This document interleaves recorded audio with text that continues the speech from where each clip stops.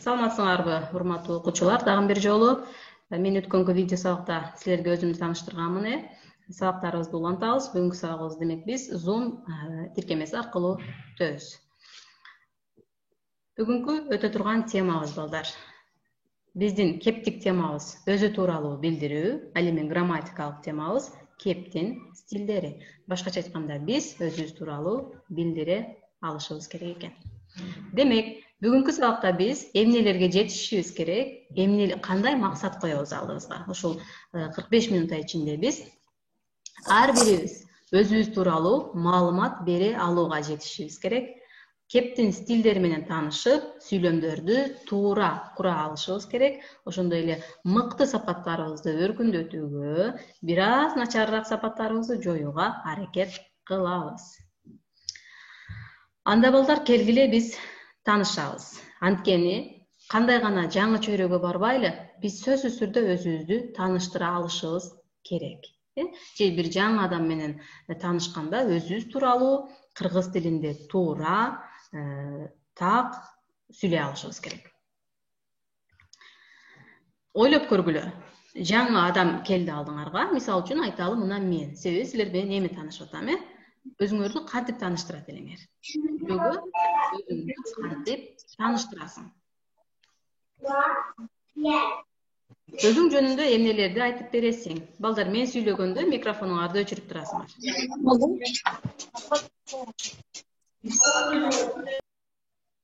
Өзүң жөнүндө эмнелерди айтып бере аласың? Башкалардан сени эмне айырмалап турат? Сен эмнең менен башкалардан өзгөчөлөнүп турасың?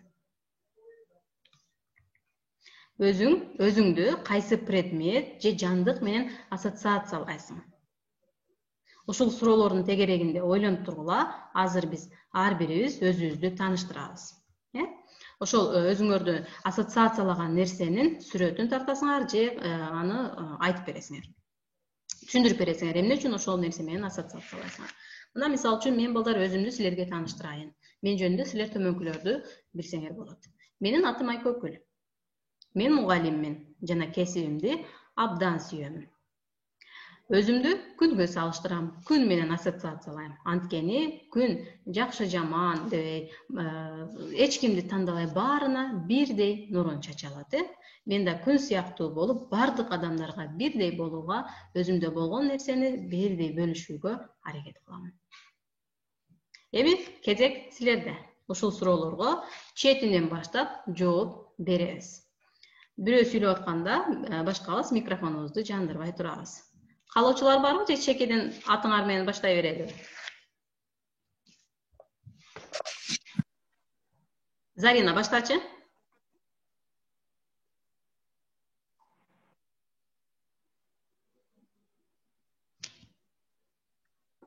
Лаура.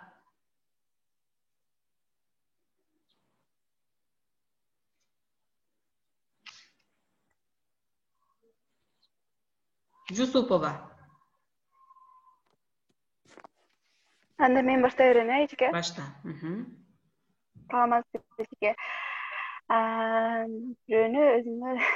Менин атым Сезимгүл, фамилиям Жусупова. 11 класста окуйм жана мен эң эле жакшы көргөн буюмум, нерсем, кесибим деп тандаганымда мен өзүнчө программированияны жакшы көрөмүн. Компьютерду жакшы көрөм, телефондорду чукулап, компьютерлорду чукулап мага аябай жагат. Мен өзүмдү ошол менен бириктирип тура аламын.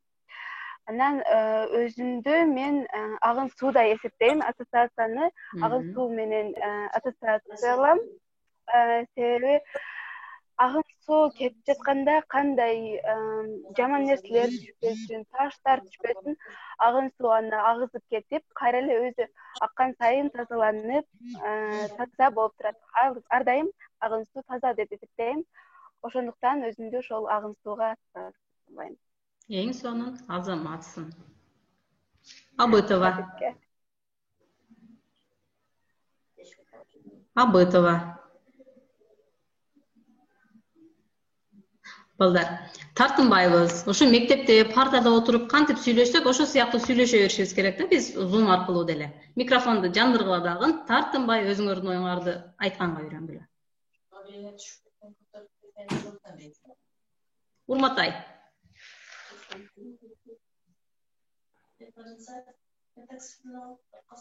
Урматай.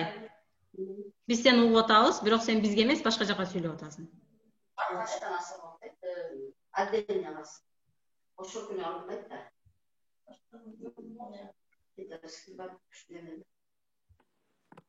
Барбы дагы балдар?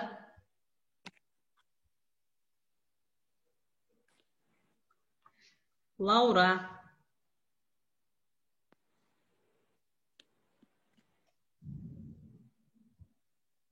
Башка жок окшойт, макул.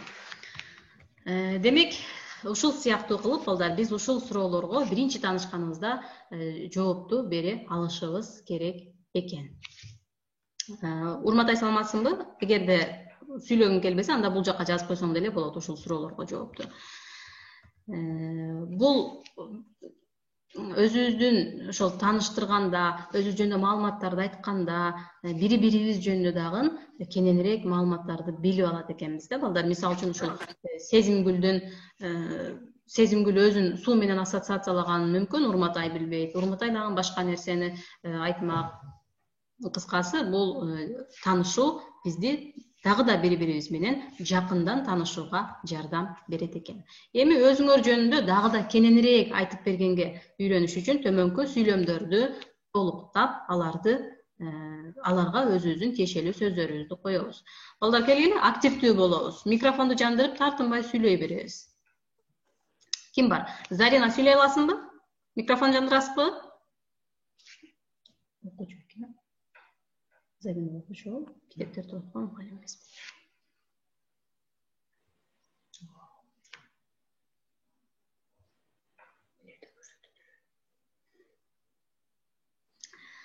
Анда мен өзүм айтып бере берейин. Же Сезимгүл дагы сен жооп бересиңби?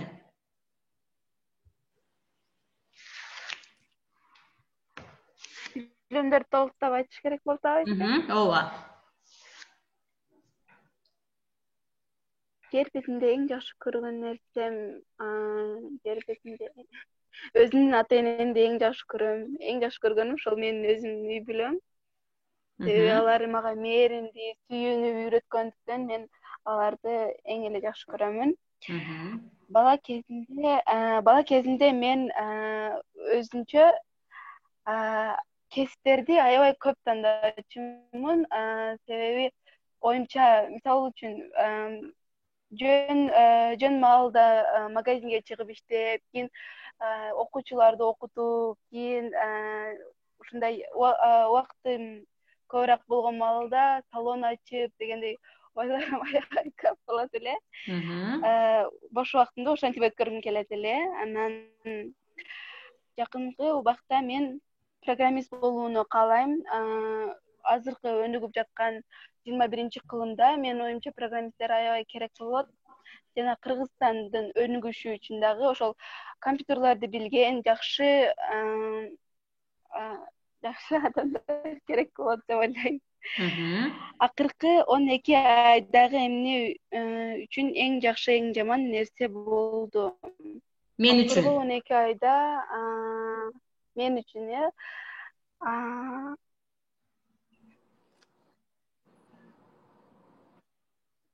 билбейм, эжеке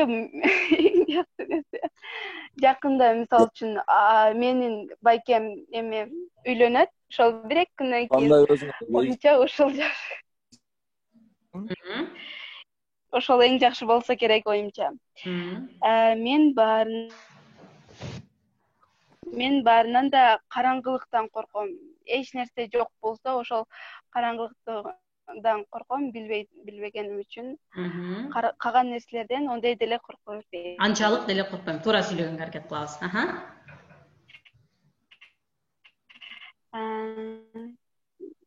Анча корко бербейм.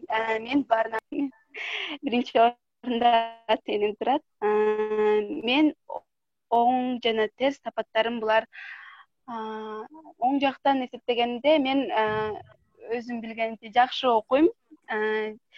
Бардык нерселерди жакшы кылганга аракет кылам, ата энеме жардам берем, инилеримди окутууга аракет кылам. Ошол менин жакшы неме жактарым, сапаттарым деп ойлойм. Ал эми терс жактан мен жалкоолугум бар. Бир аз ошол жалкаулуктарым болуп калган үчүн ошол терс сапат деп ойлойм. Салам эске. Азамат, эң жакшы. Бүгүн Сезимгүлгө автоматтык түрдө 5 коёт экенбиз. Жакшы. Кыргыз тилинде мындай такалбай, туура сүйлөмдөрдү туура куруп сүйлөй алат экенсиң. Жакшы балдар. Дагы барбы каалоочулар? Кээ бир баарына болбосо дагы 2-3 суроого жооп бергиси келгендер барбы?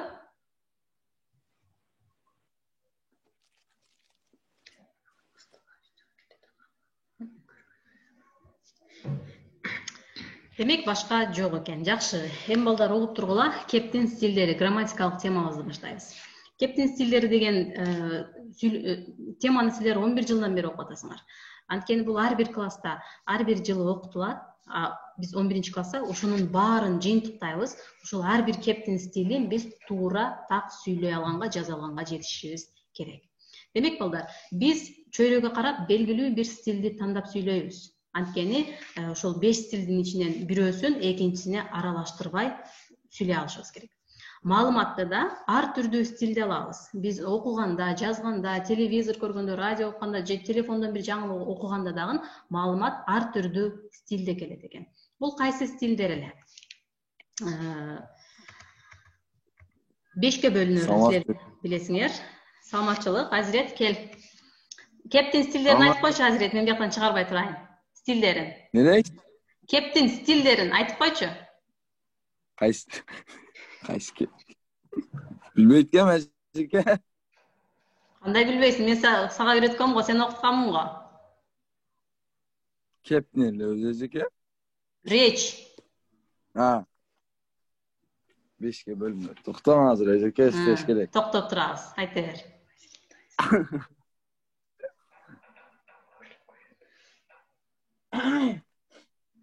Бирөөсүн айтып мен төртөө нестейм. Айтчы кана. Siz бирөөнү айтып көрсөңүз мен эсте болайын. Мен орусчасын бирөөсүн айтайын. Художественный. Ага. Кыргызча да художественный кандай болот эле? Сен башкаларын айта берчи.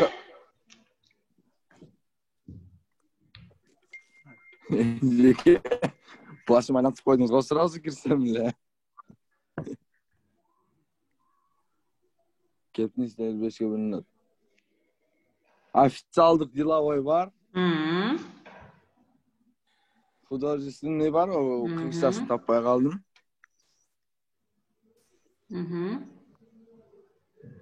Дагы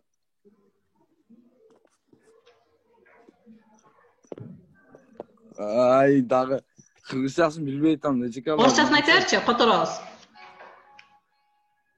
Орусчасы кайсы бар да. Художественный. Официально деловой айттым.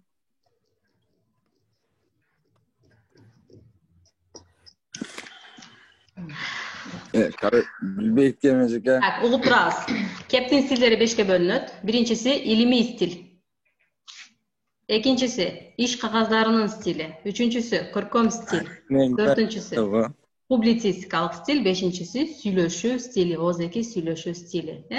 Бул 5 стилди биз эч качан бири-бирин аралаштырбайбыз балдар. Анткени илимий стилде биз каерде сүйлөйбүз? Биз сабак учурунда сүйлөйбүз, илимий конференцияларда, доклад жасаганыбызда илимий стилде сүйлөйбүз. Биз эч качан бир конференцияга барып туруп, биз сүйлөшүү стили менен сүйлөбөйбүз. Же болбосо көркөм стиль менен айтпайбыз. Ошол илимий стилдин талаптарына гана жооп беребиз, Ал эми иш кагаздарынан болсо, эгерде биз арыз же түшүнүк каат жаза турган болсок, биз аны көркөм деп салбайбыз. Азирет, микрофонду өчүрүп болду. Демек, бул 5 стилди биз ушул 11 класстын 1-чейрегинде үйрөнөбүз. Эми карайбыз. Төмөнкү иштер кайсы стилге таандык экендигин аныктап көрөбүз. Так. Сезимгүл. Ооба, жеке. Химия окуу китеби кайсы стилге кирет? Окуу китеби, учебник Бул силердин. илимий китепке. Азамат. Эң Илимий жакшы. китепке кирет. Жакшы. Так, Азирет, репортаж кайсыга кирет?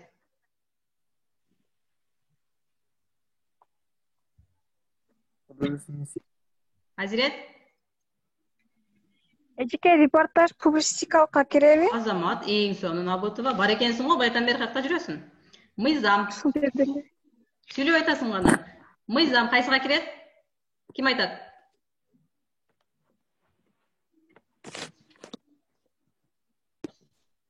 Мыйзам илимийге кирсе керек эжеке. Мыйзам илимийге киреби? Элестетип көрчү. Мыйзам. Закон. Закон.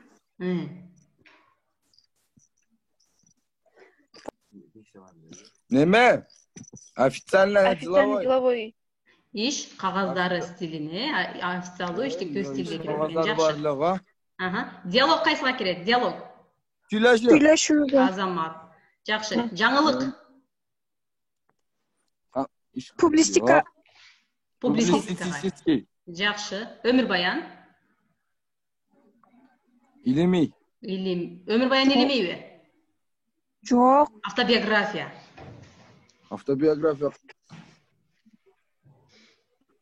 Иш стили? Иш кагаздары стилине кирет. Зарина дагы эми активдеше баштады. Кыямат романычы? Кыямат романы.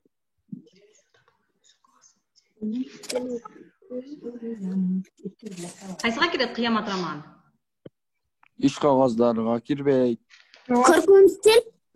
Иш кагаздары көркөм стилге кирет экен. Жакшы балдар. Демек, стилдердин кайсы стилде эмне жазылаары жөнүндө силердин маалыматыңар бар экен. Сабакты жыйынтыктайбыз балдар. Демек балдар, бүгүнкү сабагыбызда биз таанышууну өттүк. Толук кирбей калдыңар. Сабактын башында активдүү катышпадыңар, ошон үчүн сабагыбыз толук кандуу болбой калды.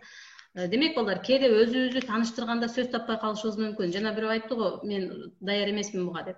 Демек, ошондой учурда, таанышуу учурунда кимдир бирөө менен жаңы таанышканда же бир жаңы чөйрөгө барганда өзүбүздү такалбай, так кыргыз тилинде түшүндүрүп айтып бергенге аракет кылышыбыз керек экен. Ошондуктан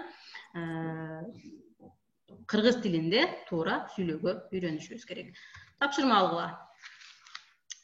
Экранды скриншоттоп алгыла. Менин көпчүлүк билбеген өзгөчөлүгүм. Силердин кайсы өзгөчөлүгүңөрдү, ал мүмкүн аябай мыкты сапат болот, же болбосо бир аз начарыраак сапат болот. Ошол өзгөчөлүгүңөрдү элестетесиңер, аны өзүңөрдүн оюңарда кеп курайсыңар, сүйлөмдөр түзөсүңөр, менин ушундай өзгөчөлүктөрүм бар, ушундай. Анан аны аудио форматта тапшырма даярдап туруп, запись кылып, WhatsApp'tan биринчи группанын окуучулары Инабат Абдрахмановнага, экинчи группанын окуучулары менин WhatsApp номериме жөнөтөсүңөр. Түшүнүктүү болду? Ооба, түшүндүк. Камалов Сайдумар да биякта жүрөбү. Камалов Сайдумардын телефонунан мен кирдим эле да. Немеби? Азиретпи? Ооба. Биякта окуп атабы Сайдумардагы? Жок. Сиздин сабагыңыз сагындым деп угуп койду го. Жакшы балдар. Сабак түшүнүктүү болгон болсо, анда силер менен коштошомдун кийинки сабакка чейин бул сабактын видеосун мен силерге дагы жөнөтүп коем WhatsApp группадан. Эгерде түшүнүксүз суроо, кандайдыр бир сунуштар болсо, менин WhatsApp номеримди билесиңер, кайрылсаңар болот. Сагыбыз соңуна чыкты. Саламатта тургула. Саламатта калыңыз.